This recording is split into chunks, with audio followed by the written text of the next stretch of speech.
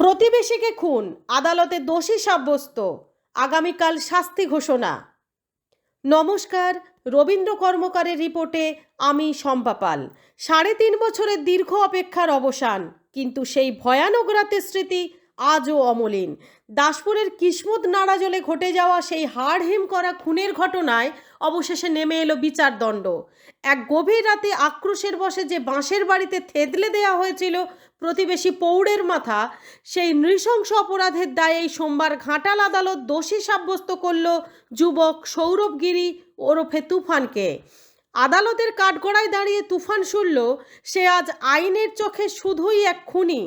ক্যালেন্ডারের পাতায় দিনটা ছিল 2022 সালের 14ই মে। চারপাশ তখন নিঝুম। সেই নিস্তব্ধ রাতে তুফানের মাথায় তখন যেন খুন চেপেছে। প্রতিবেশী 55 বছর বয়সী অসিত মাইতির ওপর দীর্ঘদিনের জমে থাকা আক্রোশ আগ্নেয়গিরির মতো ফেটে পড়েছিল সেদিন। রাগের বশে হাতের কাছে পাওয়া বাঁশ দিয়েই অসিত বাবুর ওপর ঝাঁপিয়ে পড়েন তুফান। এলোপাথারি মার, আর তাতেই সব শেষ। নিজের স্ত্রী সন্তান থাকা সত্ত্বেও পরিবারের থেকে দূরে একাই থাকতেন অসিতবাবু। পুকুর চাষ আর ভাড়ার গাড়িতেই চলতো তার সংসার। কে জানতো সেই একাকিত্বই তার কাল হবে। ঘটনার বীভৎসতা জানার পরই পুলিশ তুফানকে গ্রেপ্তার করেছিল। আর আজ সেই তদন্ত ও অকাট্য সাক্ষ্য প্রমাণের ভিত্তিতেই ভারতীয় দণ্ডবিধির 302 ধারায় দোষী সাব্যস্ত হলো সে। সোমবার ঘাটালের অতিরিক্ত জেলা ও দায়রা জজ ময়ূক মুখোপাধ্যায়ের এজলাসে ছিল পিনপতন নীরবতা। বিচারক যখন রায় ঘোষণা করলেন তখন স্পষ্ট হয়ে গেল তুফানের ভবিষ্যৎ। কিন্তু কি অপেক্ষা করছে তার কপালে?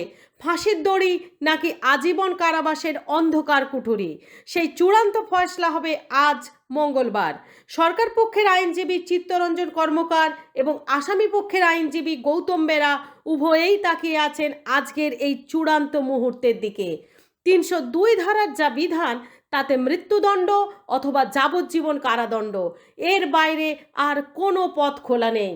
বাবাহারা তুফান নাড়াজোল রাজ কলেজের সামনে বসে নিপুণ হাতে তামার গয়না গড়ত, কিন্তু ভাগ্যের কি নির্মম পরিহাস, আজ তাকেই নিজের হাতে গড়া আক্রোশের শিকলে বন্দী হতে হলো।